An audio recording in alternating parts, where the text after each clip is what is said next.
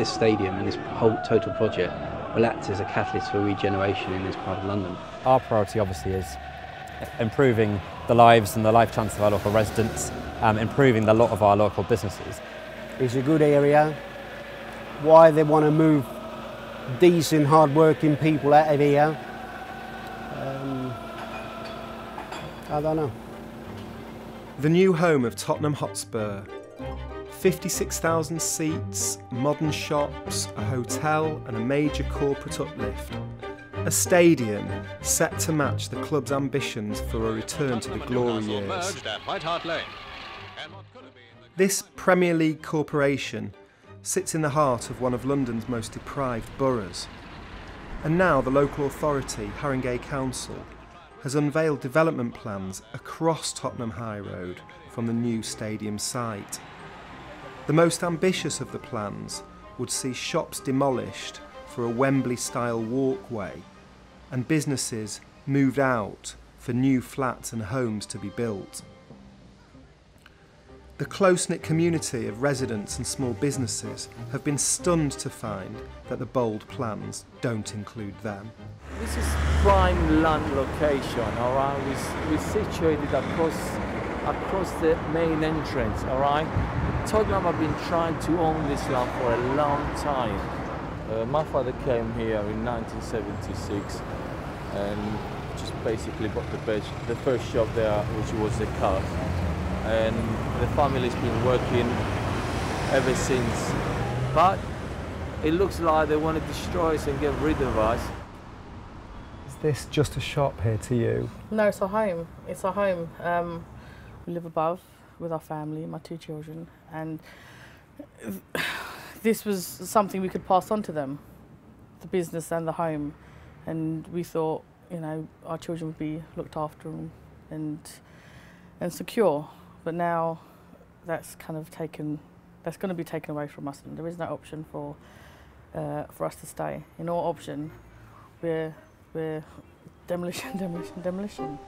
For us as a council, our priority obviously is improving the lives and the life chance of our local residents, improving the lot of our local businesses, and we see this stadium development as a really important catalyst, you know, to spark and spur lots of other regeneration schemes that are going on across the whole of Tottenham.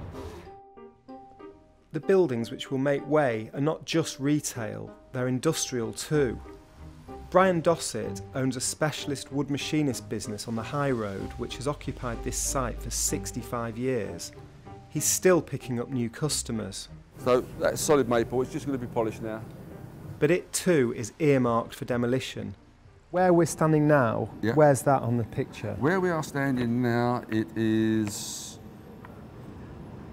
about there. So the first you found out that your factory is for just demolition basically, was when you went along to a meeting? Yeah, and you saw what they actually intended.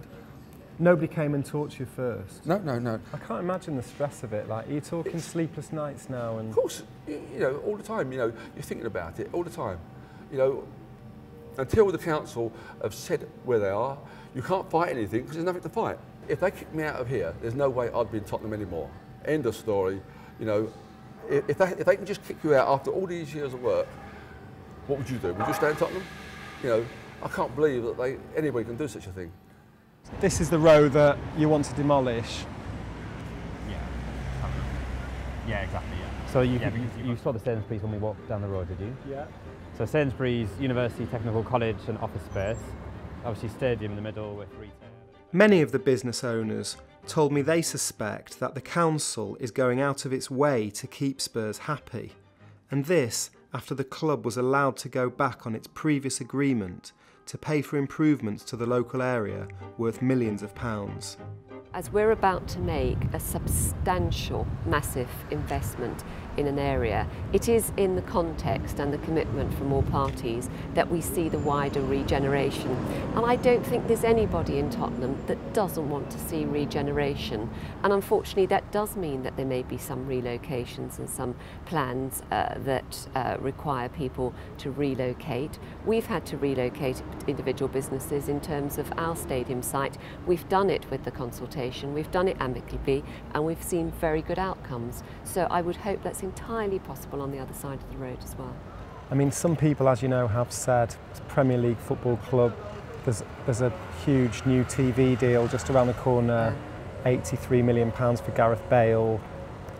Couldn't you have put £16 million into the public realm? Slight mix there, obviously, because the 83 for Gareth Bale I'm going to put to one side, because obviously we had to reinvest in players. You can't devastate. You could invest some of it in the stadium. You can't devastate a team and then not compete, because if the team's not competing, the club's not doing well, then we can all pack up and go home. Nothing happens in this area.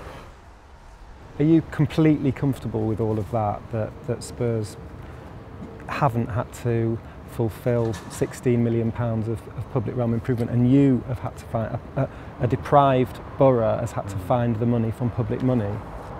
Well, I think what's clear is that Spurs are investing more than £400 million in our borough, so that, you know, they're putting serious cash into this site and into this area. You know, obviously we have to go on the advice we're presented with at the time, the independent assessments that are done, you know, and that was the decision that was taken in a public forum. And you're completely comfortable with that? Well, I think what I'm saying is my priority as regeneration and cabinet member is to have a £400 million investment delivered here. If they want to get rid of industry, get rid of industry, get rid of us. But, you know, that's what I want to find out. Are the government going to back us, or are they getting rid of industry? Tottenham couldn't CPO our shops on this side, but under redevelopment and regeneration, they can. We don't know how long we will be here for. I mean, we've all worked so hard, all the shopkeepers, all the businessmen, and they're just as drained and tired. We want the council to listen and incorporate us.